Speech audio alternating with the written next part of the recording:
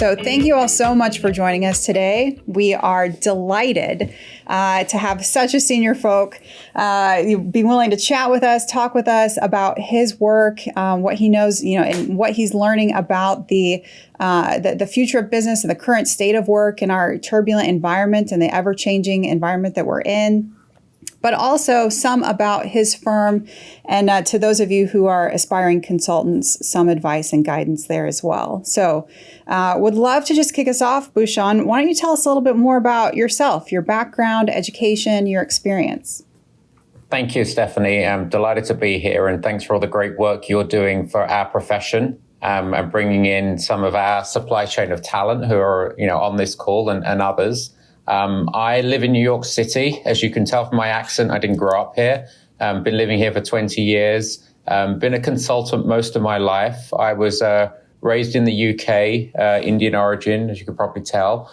My undergrad was in accounting and economics. And after that, I worked and studied at the same time, studied management accounting professional qualification while working a job at a company that was called Boots, is now called Alliance Boots. I worked in their graduate training scheme while also studying management accounting. Through that, I got to learn about strategy and management and got to apply it through a finance function and working in risk and working in industry. And then after that, at the bright old age of 24, I decided to join a consulting firm, which was PwC at the time. Since then, I've worked at PwC, IBM, Deloitte, and now back at PwC.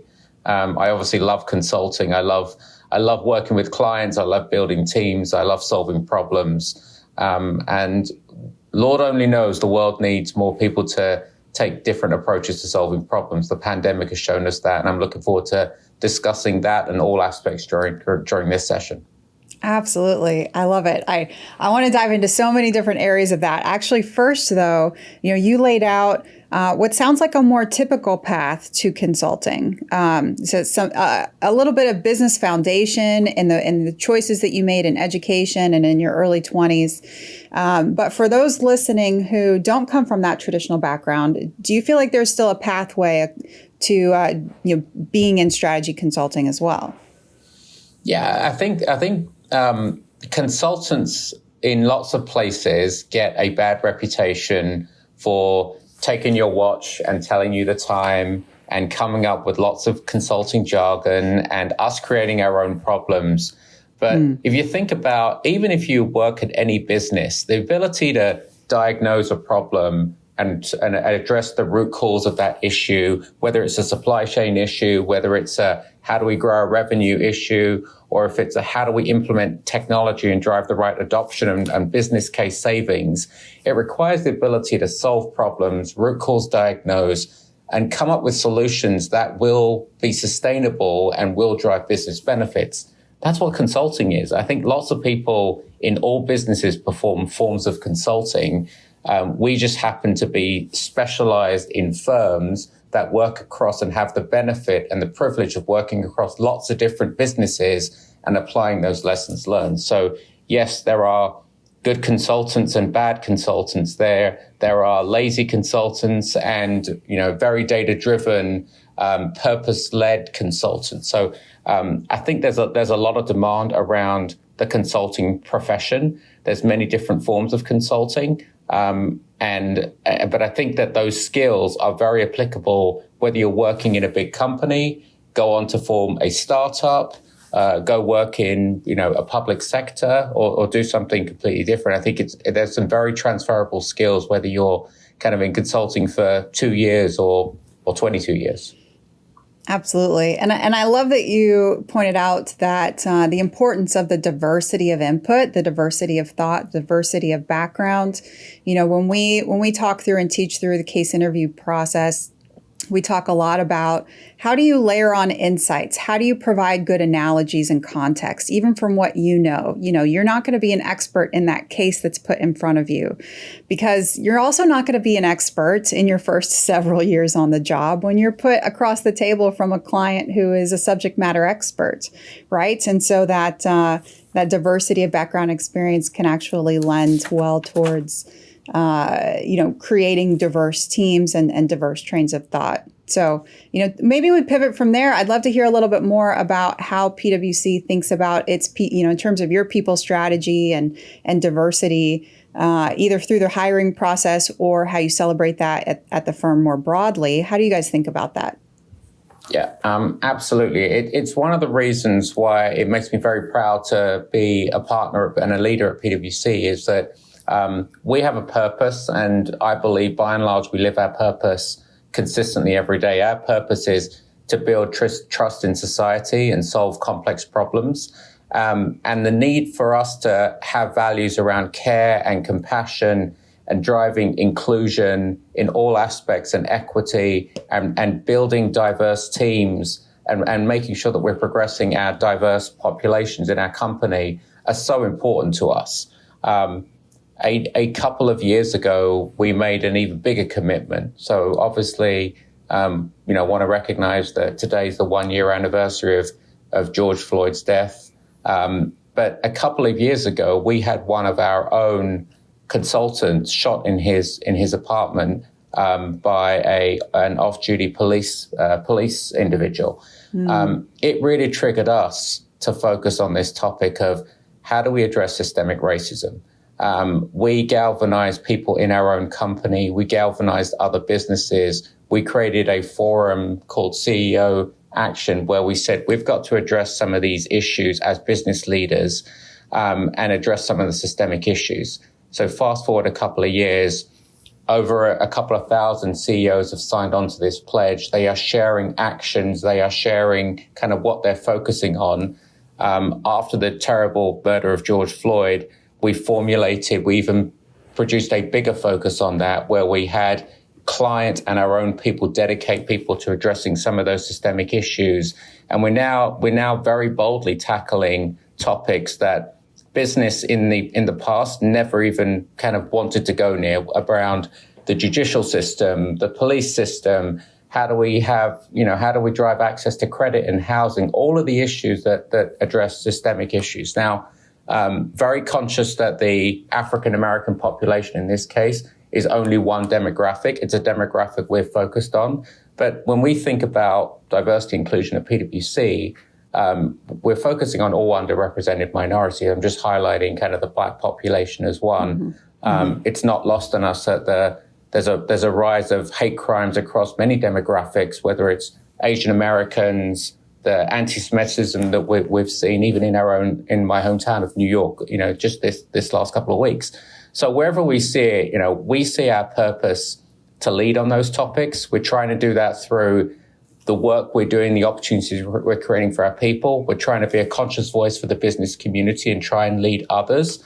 And, we'll learn in the same way as everyone else. But I think there's a big focus right now on businesses taking the lead in this area. And I'm very proud of the work we're doing. There's a long way to go, though.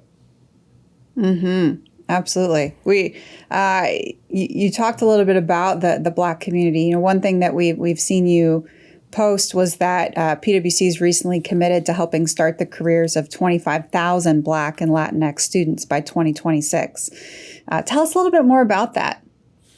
Yeah. So one of the things we wanted to do, we have the fortune of being able to, similar to many businesses, we've had, a good year. And we want to give back. And so one of the ways we wanted to give back is to invest in underrepresented communities and around education. Education, as everyone on this call knows, is the ticket to opportunities in corporations, in corporate America and businesses around the world. So what we're doing is we're pledging $125 million to focus on Black and Latinx students. We're also making a commitment, so to focus on their access to education and some of our pro bono activities. We're also making a commitment to hire significant numbers, at the entry level in our firm, whether that's in our assurance business, whether it's in different aspects of our consulting business. So we know that it's very easy for businesses to write checks. There's a lot of check writing that's been done. We're trying to support that with action. In terms of providing voice and some skills around education, but also hiring and creating opportunities for people, which again provides economic opportunity and access to employment. We know that you at PwC are on the leading edge, cutting edge of a lot of different things. And another one is having the perspective on the future of the post-pandemic workplace, work from home, the shift that's been, the fact of what are the scenarios looking like, and how is it going to feel as we move forward. And you're a thought leader in this space. So could you just share with our audience a little bit more about what you've been learning, what you think some of the main takeaways are in this space? Yeah, happy to.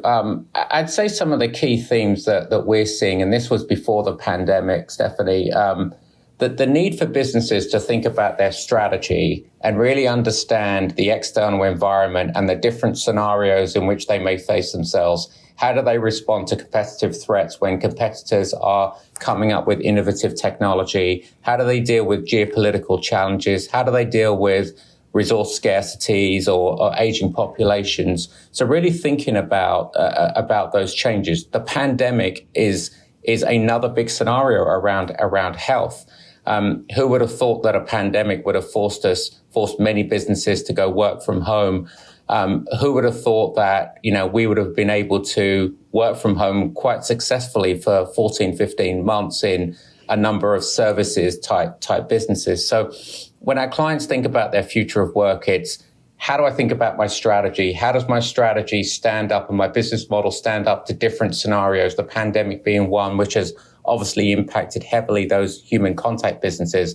But it's also other factors to say, how do I responsibly digitize my business? How do I introduce automation and cloud solutions and digital access for my customers and useful productivity tools for my people in a responsible way? How do I build people's skills as well as, digital skills and different leadership skills and skills around newer topics like how we think about climate, how we think about the topic we just talked about around diversity and inclusion?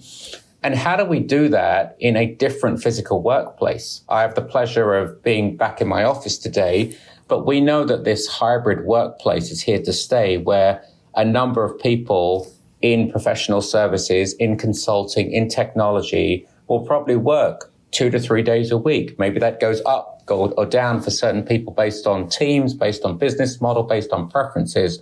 But the ability to be able to work seamlessly from your home location and your office or your client's office is really here to stay. So that workplace design and how we make it experiential when we're in office, and how do we drive the right human connection and collaboration when we're in person, and have the right tools to be productive and included in the conversations and all the work process when we're out of the office is so critical. So for me, having worked on different future of work topics for the best part of 20 years and advised governments and different industries and being part of policy-making teams at the G20 and the World Economic Forum, as well as implementing these in different businesses, these are not new topics. The ability to understand strategy and plan for it, understand the role of technology, and understand your workplace and your workforce.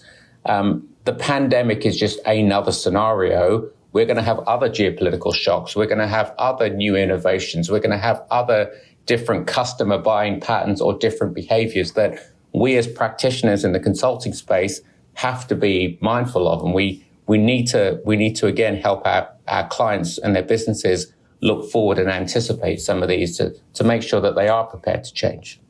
Mm-hmm, mm-hmm. What were, internally speaking, what were some of these changes that you felt perhaps most challenged the culture that you have at PwC, and what did you do in response to that over the past 16 months? Yeah. So in our consulting business, we're a very in-person business. We go to our client sites. We travel on planes. We stay in hotels. We whiteboard with our teams and we strategize and we innovate. We've invested in physical space where we apply design thinking, creative techniques, where we've kind of redesigned our offices in that way. That will not go away completely, but some of it will be changed on a semi-permanent basis. So what we've been doing for the last 15 months is been doing all of that from home, using the tools that we have in place, making sure that we're very deliberate to check in with our people, making sure that we're looking for telltale signs of mental health challenges and exhaustion, making sure that we're incenting people to take vacation.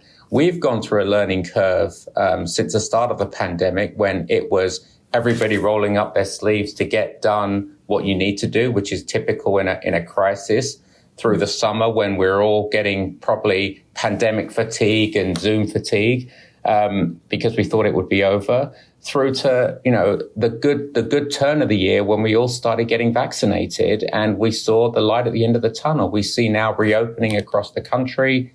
We'll be reopening more of our offices between now and September.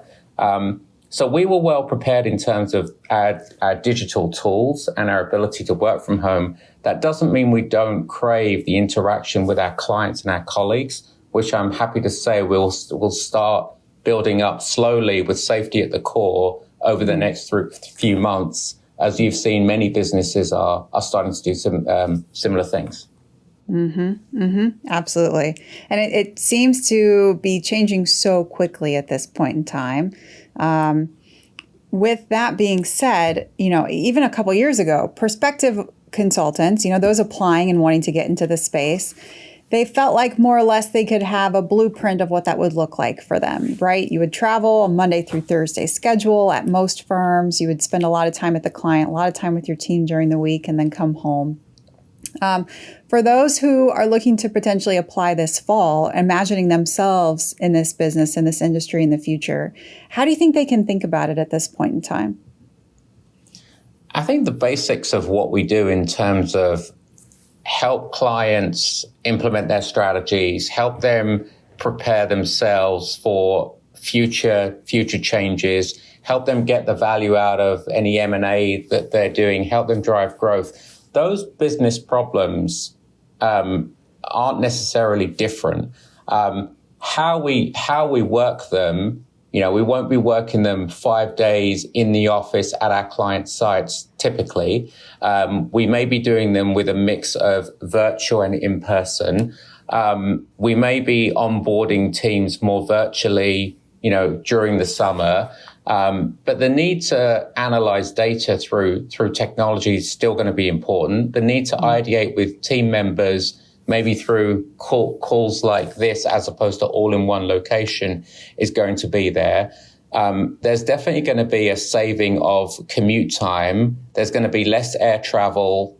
That's obviously good for the planet. But that doesn't mean that we won't have people going to offices maybe in their local areas. So yeah, in September, if I had to predict, there'll be some people at client sites for certain days of the week. There'll be some people in the office for certain days of the week.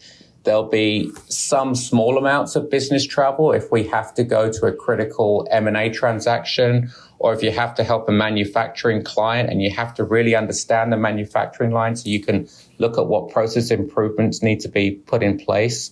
Or if you're working on an M&A transaction that requires, in M&A terms, a clean room where you need to look at certain confidential data, sometimes that, clients prefer to do that in a physical place. So I think some aspects will be changed and some will be the same.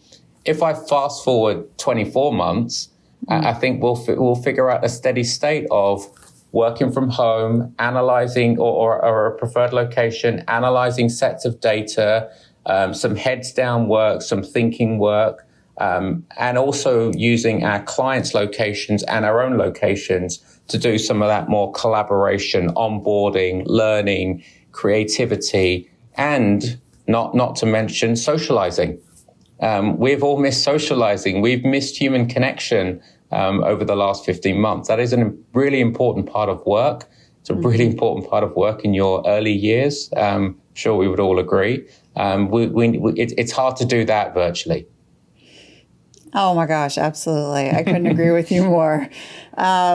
You've talked a lot, you've alluded a lot to the fact that human capital is kind of the essential resource to you as a consulting firm, to the consulting industry overall. When we think about the way that PwC is thinking about its people and supporting its people, we've seen news come out that you as a firm are raising base salaries and the bonus pool across the board. So what can you share about, how that reflects PwC's priorities in terms of its people? Yeah. So again, consistent with our purpose, if we're not taking care of our people, and whether that's appropriately rewarding them with salary increases, giving them back the currency of time. We've also encouraged our people to take their vacation. Around 4 weeks ago, we went public with our policy where we said, if you take 1 week of vacation, we will pay you $250, up to a maximum of 4 weeks and $1,000. It was our way to make sure people prioritize themselves, prioritize their mental health. Now, I know that that's not always easy when you're working on a tough client, and there are going to be times when you have to work longer hours. Even during the pandemic, there have been times when we've had to work weekends and holidays. But PwC, as well as a number of our clients, really are focused on this mental health and the fact that people want to be paid an appropriate wage and a fair wage, and we're very fortunate and privileged in our industry that we don't have to worry about minimum wages and challenges that some other, workers do in other industries. But the currency of time, you can't put a price on that. People need time to rest and recover, whether that's Fridays in the summer, whether it's making work and life easier to say, put some time in your schedule you can block out, or no video calls on Fridays, but also making sure people actually take their vacation. Hopefully that will be an easier point this summer with more things reopening. It was a real challenge last year because people were not taking vacation, because what would you do? You would just stay in your apartment or stay at home. And, in various parts of the world, was still locked down. So we care about it. We encourage it. Our leaders need to continue to role model it. And my advice to any of my teams are, whatever you need, whether you need time off, whether you need a sabbatical, whether you need a day off, half a day off, or to block out your schedule just to kind of rest and recover, or take care of something in your personal life, you've got to kind of raise your hand and make it known to your colleagues and your clients, and then we can do something about it. That it's no longer a stigma if you're struggling with something. And giving back time has been such an important part of kind of what we see as needing to regenerate people's productivity and personal well-being. I had not heard that news about the vacation policy yet. I think that that's an amazing ad to just that extra little incentive to say, it's not only here for you, we want you to take it, is quite a different message. When I spent a few years at McKinsey myself, and, the messaging was always that we do care about you. It felt like there were sometimes opportunities lacking for the tactical levers in which that was applied. How are we actually, supplying for these mental health support services or opportunities for mental health half days or full days, et cetera.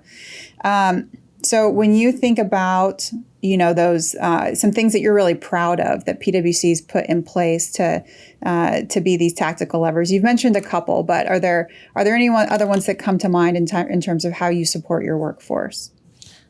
Yeah, so we've designed an array of benefits where if people need to take a sabbatical for 6 months, we pay them, 20% of their salary if they want to take time off for whatever reason, and we kind of guarantee their job. If people want to take, unpaid leave for certain periods of time, we allow that. If people want to have the flexibility of working in a different location, we allow that. A lot of this is discretionary and discussions between managers and employees or different teams of people. If you're working on a complex M&A transaction that has a defined start and an end for when they need to close, or you're in due diligence, that's obviously much harder, but it's not impossible. The key thing is that we encourage our people to kind of raise where they need help, and we make sure that our leaders understand that there's an array of different benefits that our human capital professionals have designed for our people just to, invest and rest and recover so they can actually be better for our clients and better for themselves and better for their family members. In the work from home environment we've been in this year plus, Bhushan, many of us have felt this lack of a line, right? We're always on, and it's difficult to feel like we can disassociate ourselves from our work because there's not really a different place I'm going to. I'm not leaving the house. I'm just walking 20 feet across, to my kitchen table. So this aspect and this feeling of being kind of always on or always working culture, how do you see this? How have you seen this impact, and how do you see this moving forward in terms of the broader future of work? Yeah, it's a real issue. For me, it's up to leaders to give permission and role model the way. So every meeting, first of all, every piece of work you do in business doesn't have to be a meeting. You can actually get heads down work done. You can produce some analysis. You can develop parts of a report or a presentation. You can analyze your company, your client strategy. You can do that with the technology through different workflows, and you can share documents, and you don't need a meeting for everything. Not every meeting needs to be a video. Now, if you're working with clients that want to see you and want to interact with you and want to ideate, that's different. But really using different tools. So what we do is we use brainstorming tools where we kind of get people to collaborate. They collaborate silently. They use virtual Post-its. It's not always talking.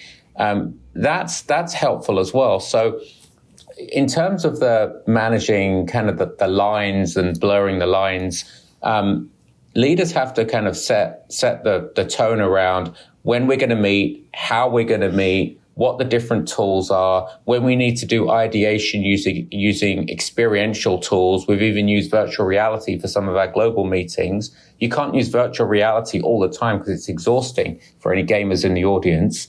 But also, phone calls and, going for a walk in the park or, around your neighborhood during the day, getting fresh air, some of the basics of personal well-being, we as leaders must kind of impart onto our people. But the videos have been great because we've got to know each other and got to know our family members and pets and got to peer into each other's houses. But I think we've gone a little bit too far with every call and everyone on video, even on weekends. And I see a big retrenchment around that. But again, I think setting your own boundaries, working with your leaders, understanding what works for you and for the clients that you work with are probably good starting points around that topic. Mm-hmm, mm-hmm. You mentioned a lot about accountability and example setting, from leadership. Of course, now you are a senior leader at PwC. You alluded early on into our conversation that you had left for a while. So can you talk a little bit more about, why did you end back up at PwC, and why did you choose to invest yourself back there again? So consulting, like any business, is you join because of firms and brands, but you really join because of the people. So the head of financial services at the time, John Garvey, and I spoke. And basically, as soon as I met him, I said, I want to work for this guy. We were building a practice around organization and human capital strategies. There was a real focus on financial services and growing that part of the business. And what he said was, we're going to invest in this business.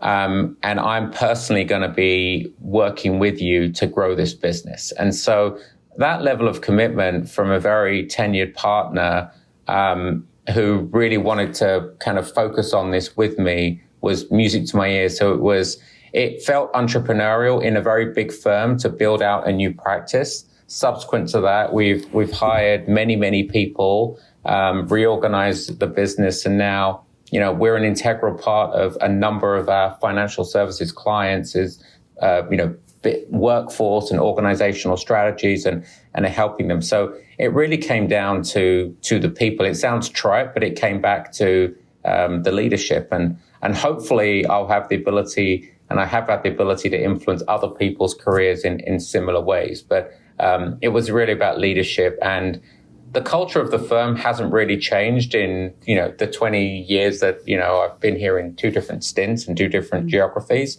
I like the purpose. I like the culture. It aligns with me. I think every consulting firm has great traits and great people. You've got to find the one that works for you at the stage of life that you're in. And this is the right one for me for right now. Absolutely. So being a leader still at the firm, you as you said, you have the opportunity to help mentor folks along the way as well. I think for a lot of the people that we work with, a difficult thing to wrap their head around is when they start and they have their their entry level analyst or associate position in consulting, that really there's a whole new set of networking and activities that they have to do internally in that firm. They need to find their supporters. They need to find their tribe. They need to find the area of interest, that really fuels their passions. But it's not really a strategic process for many new hires. And I think that this is an area of opportunity for many newer consultants to really start actively and strategically building their network inside their new firm, trying to find those mentorship opportunities. What have you seen that works well for early career consultants to start to kind of build their internal firm resume and find their mentorship network?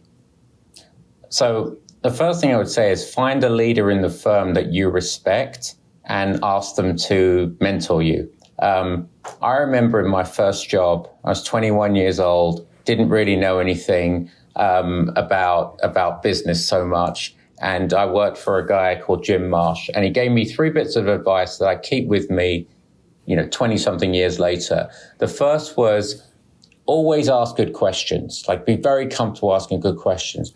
He said, challenge everything, whether it's this market strategy, this technology, this business process. And the third thing he said was always understand who your customers are. And very relevant when you work in business, probably easier when you work in consulting. But so many times, when someone asks you to do something, if you don't challenge, ask the right good questions and say, who's the end customer here? Is it the shareholder? Is it a regulator? Is it a business leader? Is it a member of the workforce that we're trying to develop a better benefits package or strategy for? And so surrounding yourself by good leaders and mentors who you can really learn from and who are comfortable to on the job coach you and you feel comfortable around asking those questions that are going to make you much more curious.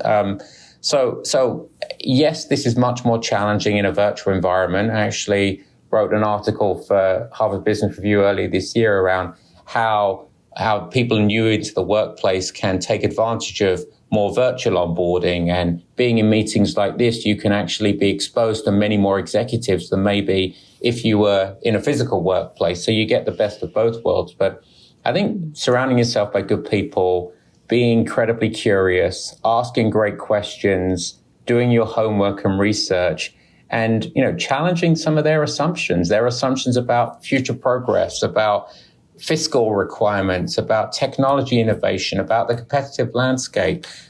We as business leaders love that. We absolutely love it when someone who has much less experience than us asks really, really good questions. It shows business acumen, it shows curiosity. And many times your questions are right and we haven't even thought about them. Absolutely. It's a two-way street. It's a learning experience whole way through, right? Well, and so that was some for folks that are already in the profession and a little bit early stage. Of course, many of our listeners as well are aspiring consultants. They would love to get into and break into the industry. So from the perspective of being a leader at PwC, what kinds of folks are you trying to get into your firm? What's the culture? What's the fit that you're looking for? It's problem solvers. It's people who it doesn't matter what your background is, whether you've kind of, studied sciences or studied the arts. In certain parts of our network, we're even taking people in that don't have undergrad degrees. In London, we're taking people in through more of an apprentice model. So it's that you have a curiosity around business and understand how the the elements of business and technology and people and increasingly purpose, how they kind of mesh together and how businesses work. We've seen right now factors like environmental, social and governance, the environmental issues, climate change, resource scarcity are big issues for our businesses and our governments. It's people who are curious about the world, curious about business, curious how solutions get designed and implemented.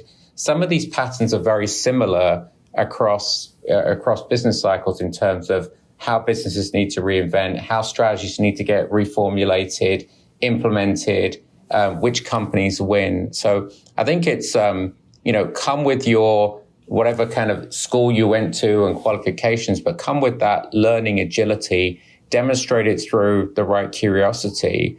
And I think it's a great place to practice that. Again, could be for a short period of time as a stepping stone to something else. It could be for, a long period of time. I love it.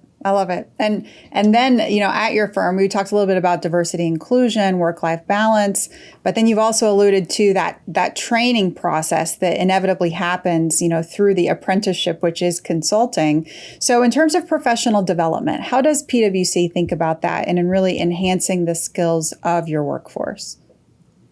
Yeah, so maybe I'll give an example of a couple of years ago. So a couple of years ago, we went on a journey to digitize our entire firm, to say we need to have digital products. We need to have much better digital engagement tools with our clients and inside our firm in terms of how we collaborate. And we realized to be a digital firm, we needed a digital workforce. So we invested heavily in what we call citizen-led learning, where we basically taught our people.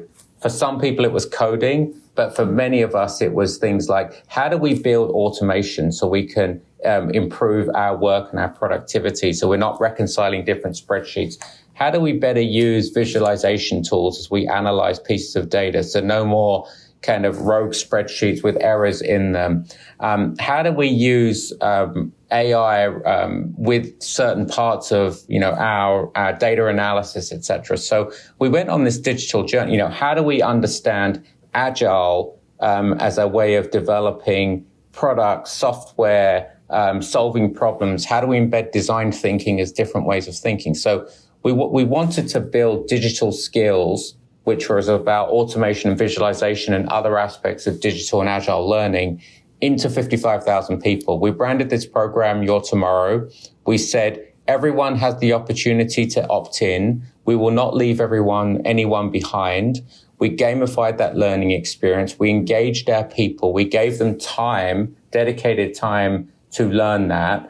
And that was for everyone. We also had people who wanted to get more deeper into some of these digital skills and learn to code, go through a digital accelerators program, and then come back to our practices and teach the rest of us. So it was a multi-pronged approach. But again, back to our purpose, it would have been so easy for us to say, we will go hire different people with digital skills, or we will go buy firms with just different skill sets. We actually said we have a commitment to our people today, and we want to invest in their reskilling. And I think that's a really important point as we think about big businesses in America and globally. You have great potential in your organization as you need to reskill people. Whether it's around digital or whether it's around business skills or whether it's around industry skills, there's potential there for everyone. I think the more and more we can have businesses be responsible for start engaging, kind of reskilling some of their people, even if it's to produce transferable skills where they can apply in another industry. It's the ultimate part of being a purpose-driven organization. So that's one of the things we did. We also have a good culture of on-the-job coaching where, in a way that you'll get feedback. We have real-time feedback. But the Your Tomorrow program was something that we put in place to really make a step change and accelerate us into digitizing our workforce. Mm-hmm. Absolutely. I'm sure a ton of our listeners are hearing you talk and thinking, I would love to work at a place like this, right? So when you talk with or coach folks who are intrigued in getting to the industry, what are a couple pieces of advice that you have for them about either investigating the space or even preparing for the interviews? Have a point of view on business topics. So if I said to you, Stephanie, what do you really think about diversity and inclusion? Everyone's talking about it. Have you seen a step change? Tell me about some of the businesses that you think really excel from a diversity and inclusion perspective, whether that's because you're a customer of that business, whether you're a supplier into that business, or an employee, or you have friends there. But taking a position and being able to back it up with some examples. No one's expecting you to be an expert on, in that case, diversity and inclusion strategies, but taking a point of view that shows that you are in tune with what's going on in kind of business, you follow news cycles, and you look at lots of data, and you're comfortable and you have the courage to form your own opinions based on the data and the evidence that you cite. So it's being bold, it's being courageous, it's demonstrating a point of view, and also a very simple thing: listen really well. So if you're in an interview and you hear someone talking about future regulation around climate, if you listen really well, and maybe you've read something about firms trying to go to net zero by 2050, and whether that's an energy company, if you listen really well through the interview process and you try and connect points, that really endears you to clients, to colleagues, to leaders, because it shows you're listening. So many times I walk into sessions with my teams, my clients. Even today, I'm thinking about what I'm going to say, but if I'm not listening to some of the cues, and I know it's harder to do virtually because we don't see all the aspects of body language, but if you're not listening to the cues and being prepared to respond, you kind of lose your audience, whether that's an individual or an entire team you're working with. Mm-hmm. Mm-hmm. Absolutely. And so how encouraging it is to hear from someone who is a top leader, who is a top expert, who's like the thought leader in terms of future of work, that if someone much earlier in their career, much more shallow in their, overall depth of expertise and understanding, that you would still want them to assert their point of view. You would still want to hear their recommendation or their thought process around that. To hear you encourage that, I think should be an encouragement to our listeners who are going through this interview process right now. A lot of folks that we work with feel a great amount of pressure and stress having to try to speak to business problems in areas that they're unfamiliar with. And it seems to be very difficult to get some folks' heads wrapped around the fact that is the nature of the work, right? You're going to be put in lots of different team contexts and industries, functional areas, et cetera, of which you are never going to be the subject matter expert. But how can you still bring the power of you being a thought leader, still your thought process, critical thinking, et cetera, to the table? So yeah, anything else that makes you think of in terms of, how our students and prospective applicants can kind of get their heads in the right zone for this process? Yeah, and I would say, and maybe throw the question back to you, Stephanie, in your time at McKinsey, I bet you they put you in many, many stretch roles and you felt uncomfortable, but you used some of the skill sets that you have to say, I may not have seen this problem before, but it has a certain pattern. How do I gather facts around it? How do I become very resourceful and kind of talk to the right experts? How do I formulate a hypothesis or a point of view? It doesn't necessarily have to be right, but being very comfortable that if you put yourself in a stretch role, you may not get it right, but you will learn so much. And, I'm sure, Stephanie, in your experience, you've seen similar things. Absolutely. Absolutely. And that idea of getting the basic consulting toolkit down such that then you can leverage pattern recognition. You can, and see, and one of my favorite things to talk about with folks is I do truly believe that consulting is an apprenticeship overall, right? As a role, as an industry. And so, so many firms like to hire folks at an earlier stage in their career to be able to bring you up in their way of working and in their culture, because all of these are incrementally different at the different firms. And so they would much rather hire you and kind of help apprentice you into the way that they want their presentations to look, the way that they think that they're, these communication niches, et cetera. And so there's an opportunity here just for our folks to feel even more secure in the fact that they don't know everything yet, because it will come to them over time. And that pressure test of continuing to put you in different industry functional areas, et cetera, is only going to sharpen those skills and really help you gain that skill set over time. Yeah. And the challenge here, Stephanie, is back to the point we made about listening and reading the room is you've got to be confident and have a point of view, but you've also got to be humble. Because you don't know everything, and then there'll be someone who knows more than you on how to implement this solution. So having that humility, just because you have a nice degree from a great school doesn't mean that you have a monopoly on what is right for your client or your company. Building good relationships and being well liked by your colleagues is so important as well. It's not the smartest person in the room. It's the person who can actually bring people along, make people feel comfortable, build trust and relationships. And so, the best ideas may not be the ones that always get implemented. It's the ones that feel a sense of ownership and agency, and people were co-creating that solution that is actually going to be more sustainable than maybe the best innovative idea. So, not saying it's easy to do all of those things, but you've got to be mindful of your audience, and listening and reading the room and humility and relationship building are equally important to what we've also mentioned around these stretch roles and the courage and having a point of view. I love that. So as we are beginning to wrap up our time together, but one thing that we always love to do is just to get to know you on a little bit more of a personal level. We have an opportunity here to just ask a couple of fun questions to you, and just to help our audience kind of understand and get to know you a little bit better. But what's an accomplishment that you're really proud of, Bhushan? I've run 7 marathons, 6 in New York. So that was a great achievement. It's so fun having your young children cheer you on, running up First Avenue and on, entering Central Park. So that's really nice.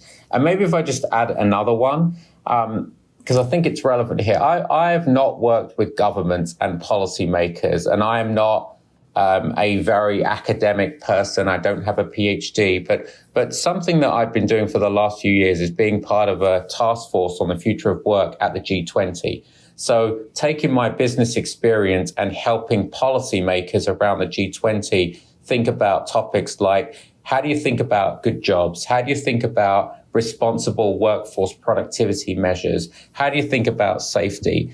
For me, giving back some of the business lens that I provide to say, how do governments actually help with what we've been talking about, reskilling, productivity, better disclosures around organizational purpose, to me has been great. I love to travel. I grew up, my grandfather was a diplomat. He used to tell me his stories of traveling around the world. And I've had the great fortune of being in places like Argentina, and 2 years ago in Japan, and last January in Saudi Arabia at some of those G20 summits with the Future of Work Task Force. And it made me feel incredibly proud to be with think tanks and academics and representing the voice of business. And it's part of giving back. And it's incredibly interesting as someone who loves to travel and see different parts of the world. Speaking of travel, speaking of wanderlust, right? The world is opening back up. What is 1 or 2 of the countries on the top of your list moving forward? We're hoping to go to Greece with my family. We have some very good friends who live there and have access to a house in Mykonos that we can hopefully safely get there. It is open. I've never been to Antarctica. I would love to go to Antarctica at some point. Hopefully, if my wife will join me. I don't know if that's something I do in retirement or if I do sometime. One of my former colleagues actually ran a marathon in Antarctica. I'm not sure I'll be able to do that, but I'd love to go visit at some point.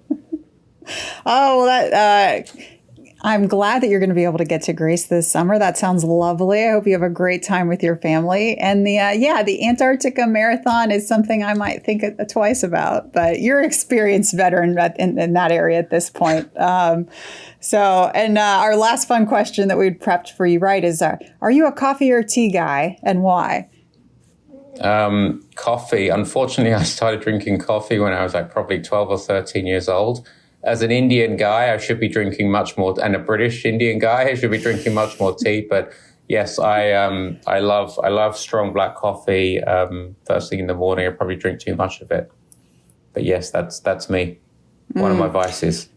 On this side of the pond, I don't think that you likely get much slack about not being too much of a tea guy, but I can understand that for sure. I hope that you have a fantastic trip upcoming here. I'm quite jealous of that, but Greece should be a great time this summer, and we just really appreciate you being willing to take the time and speak with us about not only just helping us understand the tip of the iceberg about what the future of work means and your thought leadership in that space, but really helping us understand how PwC is thinking about different things in terms of how it prioritizes, structures, supports its workforce, thinks about its people, and these points of advice that you have for aspiring consultants in the group as well.